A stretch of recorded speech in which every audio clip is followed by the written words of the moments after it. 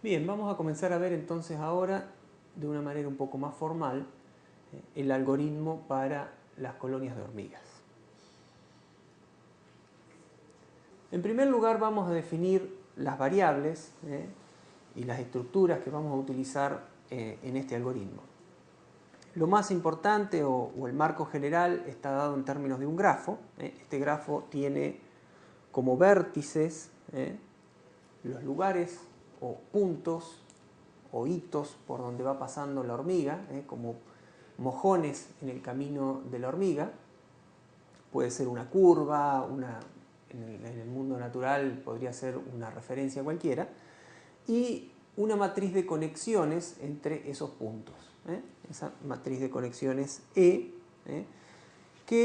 en principio puede ser para todos los puntos posibles que haya en el espacio simplemente un 0 o un 1 si hay una conexión o no, pero para el caso más completo podría tener alguna medida de la dificultad que haya para pasar de un punto o un vértice del grafo al otro. Podría ser la distancia, podría ser un costo en el sentido que fuera.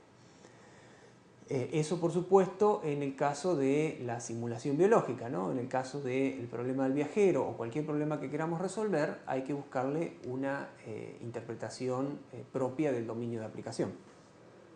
Luego, lo otro que vamos a tener es la cantidad de feromonas que se encuentran depositadas en la conexión que hay entre el punto o el vértice I y el vértice J. Entre dos puntos del camino, cuánta feromona hay en esa zona. Luego vamos a indicar con K a las hormigas. Vamos a suponer que tenemos un total de N mayúscula hormigas. Y para cada uno de los nodos o de los vértices de ese grafo, o esos puntos de referencia que decíamos que la hormiga ahí toma una decisión a ver si seguir para un lado o para el otro, vamos a tener almacenado cuáles son todos los nodos disponibles a los que se puede llegar desde ese nodo. Finalmente, otra parte muy importante es una lista. Fíjese que está negrita esta P, una lista con todos los nodos que fue atravesando o por los que fue pasando una determinada hormiga. Esa lista es dependiente del tiempo porque va a ir cambiando iteración a iteración.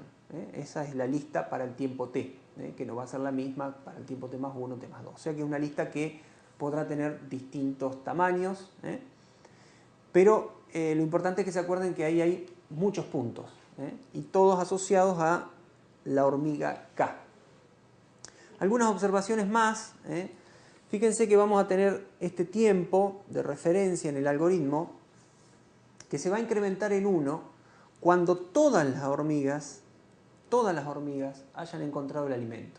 Cuando todas sean capaces de encontrar el alimento y vuelvan al origen, entonces ahí vamos a contar como que pasa una iteración de tiempo, sería un tiempo grande, ¿no?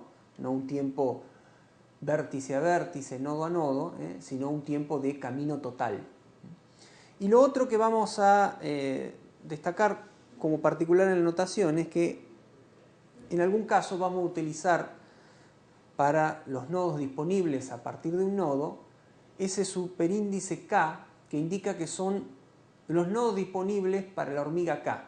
Es decir, de todos los nodos que hay disponibles a partir de un determinado nodo, vamos a sacar afuera los que la hormiga K ya recorrió, de manera que no se hagan ciclos, de que la hormiga K vaya del nodo 1 al 2 y del 2 vuelva al 1, del 1 al 2 y del 2 vuelva al 1. Por lo tanto, cuando una hormiga va del 1 al 2, entre los nodos posibles para esa hormiga a partir del 2, vamos a retirar el 1, porque la hormiga ya pasó por ahí. Bueno, vamos a empezar con el algoritmo. Vamos a inicializar, como siempre en este tipo de algoritmos, con alguna componente aleatoria, la cantidad de feromonas en valores muy pequeños a lo largo de todos los caminos, todas las transiciones entre I y J. Y vamos a ubicar todas las hormigas en el nodo de origen, supuestamente en el hormiguero para el modelo de la naturaleza. Entonces después vamos a hacer un bucle repetir grande, dentro del cual vamos a hacer algo para cada una de las hormigas. Para cada hormiga vamos a hacer todo lo que digo ahora a continuación. Inicialmente hacemos que la lista de nodos por los que pasó la hormiga esté vacía. Parece obvio, pero bueno, hay que inicializarlo. Fíjense que estamos en el tiempo t, que por ahora es simplemente el primer instante de tiempo. No hemos movido ese t. Luego lo que vamos a hacer es, estamos en el para cada una de las hormigas, un nuevo repetir en el cual vamos a seleccionar como primer paso el próximo nodo al que se tiene que mover. Acá se incorpora una probabilidad, como recordarán cuando hicimos el ejemplo del puente, si bien las hormigas eligen preferencialmente el camino donde hay más feromonas, esa preferencia no es una cosa absoluta, sino que la modelamos en términos de una probabilidad, y lo que hacemos es, por ejemplo, a partir de esta probabilidad, si hay un 60% de probabilidades de que la hormiga elija el camino 1 y un 40% para el camino 2, tiramos un número entre el 1 al 10, y si sale del 1 al 6, elige el camino 1, si sale 7, 8, 9, 10, elige el camino 2, ¿no? Entonces, esta probabilidad, ¿cómo la definimos? Naturalmente, la vamos a definir en función de la cantidad de feromonas, que es lo que estábamos hablando. Pero acá se incorpora un factor adicional. Fíjense que la cantidad de feromonas tiene un exponente alfa.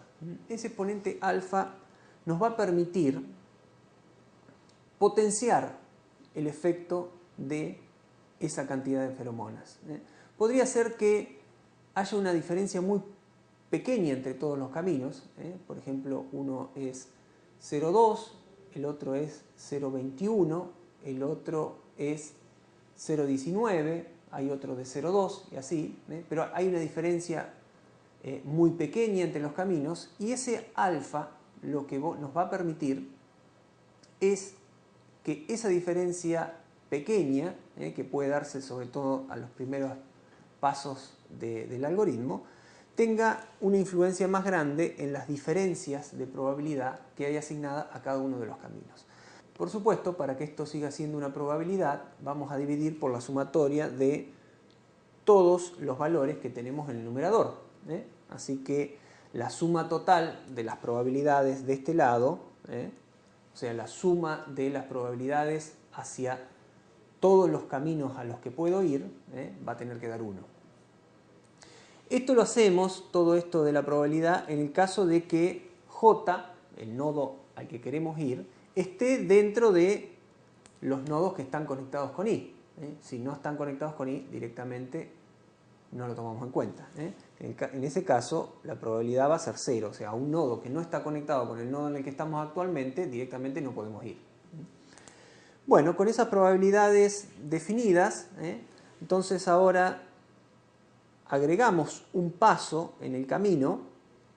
¿Cómo lo agregamos? Como yo les decía, tiramos un número al azar y decidimos, de acuerdo a las probabilidades que teníamos, cuál es el J que vamos a elegir como siguiente paso. Y esto lo repetimos, fíjense este repetir, hasta alcanzar el destino, o sea, hasta alcanzar el alimento. O sea que para esta hormiga inicializamos el conjunto de, o la lista de nodos o el conjunto de pasos en vacío, y le vamos agregando pasos hasta que esa hormiga encontró su camino. Luego eliminamos los ciclos, por ejemplo, si la hormiga pasa del 5 al 6, y del 6 al 5, y del 5 al 6, y del 6 al 5, y del 5 al 6, y después recién del 6 al 7, bueno, toda esa vuelta entre el 5 y el 6 la detectamos y la eliminamos. Y después calculamos la longitud del camino de esa hormiga. Si ustedes se pueden imaginar que cuanto menor sea esa longitud, ese camino va a ser mejor a los fines de encontrar el camino óptimo para llegar desde el hormiguero hasta el destino, o desde el nodo origen hasta el nodo destino, sea cual sea el problema que estamos queriendo resolver. Así que este cálculo es un cálculo importante que hay que hacer. A continuación, fíjense que ahora ya salimos del para cada una de las hormigas y entramos en un para de conexiones. Ahora vamos a recorrer todas las conexiones del grafo, todos los posibles I con J. ¿Y qué vamos a hacer? Vamos a depositar feromonas. Si la hormiga pasó por ahí, por esa zona, vamos a ir depositando todos los lugares por donde pasó la hormiga algo de feromona. Pero previo a eso, tenemos que también modelar un efecto que se da en la naturaleza, que es la evaporación de la feromona. O sea, si una hormiga pasó por un lugar y dejó algo de feromonas, pero luego de un tiempo no pasó ninguna otra, es natural que esa feromona se vaya evaporando hasta desaparecer.